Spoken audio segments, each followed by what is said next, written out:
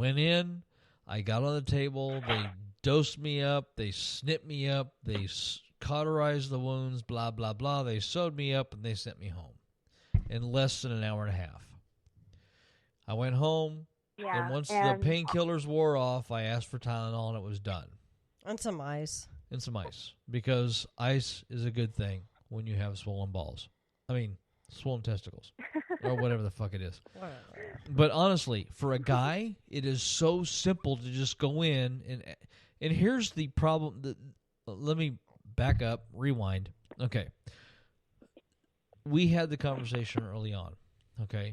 For me to have a vasectomy, it was a simple outpatient procedure. For Kara to have her uterus removed or her tubes tied or whatever, it's a major surgery. So for me, being the male in the relationship and understanding the scientifically accurate information of it's a procedure for me, it's a surgery for her, it's not that much of a risk for me, it's a big risk for her. It was real easy for me to understand that I need to just snip, snip, and be done. For some reason, guys don't understand that. And they don't get the idea that, for some reason, they seem to think that it takes away their manhood. I'm actually a better man now because I'm responsible. Not to mention that I'm just fucking awesome. But anyway, not including that. I took the responsibility, I understood the responsibility, and I acted in that appropriate manner. So I don't have to worry, and she doesn't have to worry about the possibility of an alien growing somewhere in our household that we don't have control over. And the problem is that people, for some reason, don't understand that. Guys don't understand that.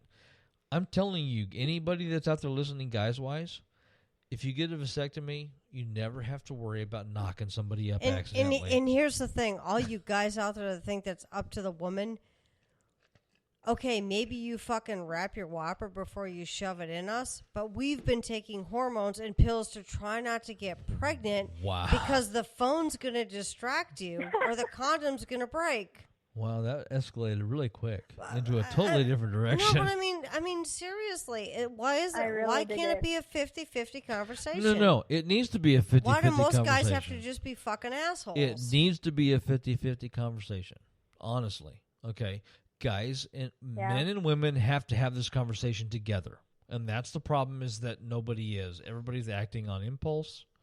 Nobody's acting on communication, or they're reactive, like, oh wait, we're pregnant, what do we do? Oops. Well, Jesus Christ, don't let the phone distract you. And that's where the abortion thing comes in. If we spent more time and effort and energy and dollars and etc.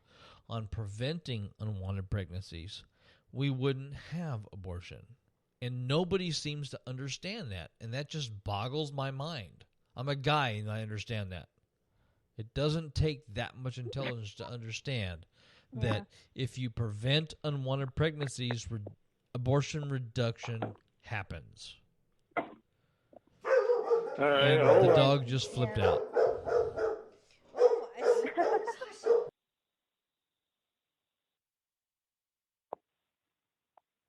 What the hell's wrong with the dog?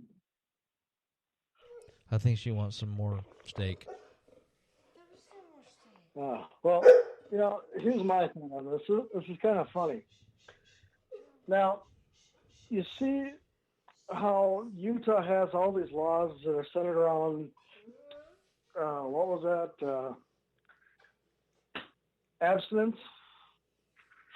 Abstinence we're only. only allowed abstinence only. But Arizona and Utah both are abstinence-only states. Yeah, because I find this funny.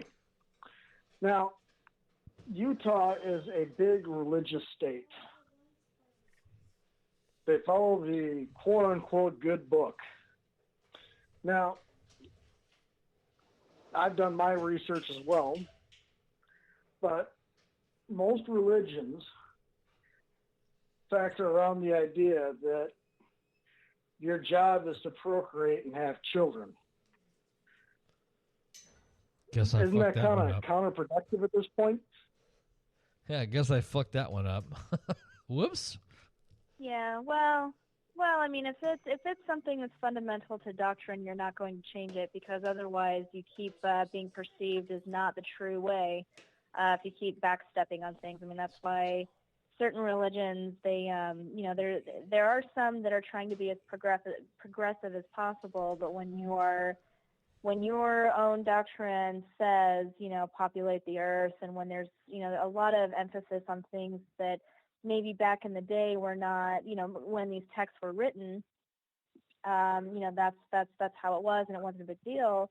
But if that's Right. like set in stone, it's difficult for them to come back and say, well, we're changing this. Like, yeah, it's doctrine, and yes, this is still the word of our higher being, but we've got to change with the times, and then that in turn makes them a little invalid to their congregation. It's like, well, if we're going to keep just peeling back the layers, then is this real? So it's a bit of a conundrum, and I can understand why they don't do it, but it's really unfortunate that a lot of these organizations can't kind of change with the times as far as the understanding of the world around us. I mean, that's why I'm with the Satanic Temple. That's why I'm a Satanist. I understand that as we progress, we understand a lot more about ourselves, about societies, about the world around us, and we should be able to change our way of thinking based on the best scientific evidence available to us, or the best understanding of the world around us available. So we are able to go through life and be able to adapt as such while still holding true to our our deeply held beliefs, because that is a part of our deeply held beliefs. That's things another change, question, though. things, When new we think information about comes that. in. Yeah. The whole idea behind the deeply held religious belief, it has become an issue nationwide because now it seems like everybody talks about, oh, well, this is against my deeply held religious belief, and then therefore it should be protected, even though it infringes on the beliefs of others. That's a whole other conversation, which we can probably, if you guys want to hang around and have that conversation after the 8 o'clock hour, that would be cool, because our third guest wasn't able to make it tonight. So we got plenty of time if you guys want to hang out and continue this conversation. Yeah. But anyway, when you get back to the actual idea of the Satanic Temple, one of the things that the Satanic Temple means to me and is important to me is the rebellion aspect. The idea that we need to rebel against what is commonly held. Okay? Like, for example, in Alabama, having the Ten Commandments and not allowing the Bahamut. How do you spell it? How do you say that? Baphomet. Sorry, Baphomet statue. Okay. The issue in Florida where the teacher put up the satanic presentation on the Capitol lawn or whatnot that was vandalized like every other day. So where do we actually? How do we actually fix it so people stop assuming that because what they believe is what they believe, that makes it right for everybody, and gives them the authority to attack those that don't agree or that have a different belief system? Well, if you were to change that, you'd have to change human nature. Unfortunately, when you come from a place of moral superiority or being, quote-unquote, in the right, you're going to behave in such a way in which if you're acting in a way that is progressing what you feel is right, then, it doesn't matter what the consequences are, who you're going to quiet to, assert those values. And that is the issue with that. And unfortunately, it's human nature. So when it comes to, we have the like you mentioned, the Baphomet statue, which is to complement and contrast the Ten Commandment statues that are popping up all over the place. That is purely a separation of church and state issue, because if you have your government, your state capitol building, which represents your government, if they are displaying funding or showing reverence towards one point of view, they are saying that they are endorsing that point of view. And so, the reason we fight so hard for this is because we feel like if you're going to endorse one, you have to endorse everybody. If you are representing your people are varied and they don't all adhere to one point of view. So if you're going to open the door for this, then you have to open the door for everybody, or vice versa, take it all down and do not allow for these kind of religious idols or these religious representations to be on that property. It is perfectly fine for people, individuals, private people to, they can have Ten Commandment statues all over the place if they wanted on their front lawn or anything like that. But when it comes to a space that is for the public, it has to be understood that the public that consists of very varied people and points of view, and that should be respected. No, I totally agree on that. So we're coming up on the 8 o'clock hour, so I'm going to go ahead and let's go offline and do our PSAs for Secular Coalition and After School Satan's Club for Arizona, and we'll come back and we'll have some discussions along the lines of why is it that Kara and I both feel like we have to sin every time we see a picture of Chalice. So we'll have that discussion when we come back. I'm joking. I'm just kidding around. I'm an asshole. So, but yeah, let's go ahead and do our PSAs, and we'll come back after the 8 o'clock hour and finish our show with a discussion on what's next in the future for those of us that don't follow the norms. Hello, my name is Scott Pryor, co-host of the internet radio show Progressive Voices of Arizona. Arizona is made up of a wide variety of individuals, all of which have many different beliefs. Sometimes those whose beliefs are different from the majority tend to be forgotten or marginalized. This is where organizations such as the Secular Coalition for Arizona can help. The Secular Coalition for Arizona is a 501c4 lobby organization that represents the Arizona non-theistic community, a vibrant and growing community of Arizonans who self-identify as atheists, agnostics, humanists, freethinkers, and other labels of personal choosing, to elected officials in and from Arizona. They mediate the relationship between the non-theistic community and elected officials, and they work to ensure that the law is never biased to the detriment and interest of Arizona's non-theists.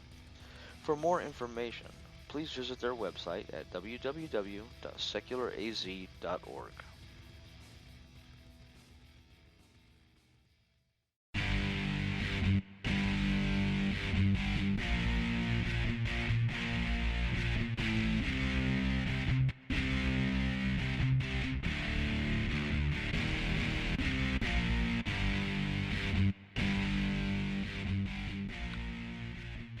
Hello, my name is Michelle Short. Stu DeHaan and myself are co-chapter heads of the Arizona chapter of the Satanic Temple. We are trying to bring the After School Satan Club to a school district near you. The Supreme Court ruled in 2001, in the case of Good News Club versus Milford Central School, that schools operate a limited public forum, and that, as such, they may not discriminate against religious speech should a religious organization choose to operate an after-school club on their premises. Christian evangelicals, particularly the Child Evangelism Fellowship, have taken advantage of this ruling ever since. As it is illegal for schools to discriminate against specific religions or preference others, after-school Satan clubs cannot be denied wherever Christian or any other religious clubs operate. All after-school Satan clubs are based upon a uniform syllabus that emphasizes a scientific, rationalist, non-superstitious worldview, while the twisted evangelical teachings of the Good News Clubs robs children of the innocence and enjoyment of childhood, replacing them with a negative self-image, preoccupation with sin, fear of hell, and aversion to critical thinking. After-school Satan clubs incorporate games, projects, and thinking exercises that help children understand how we know what we know about our world and our universe. After-school Satan clubs are operated by local chapters of the Satanic Temple by volunteer members who have been vetted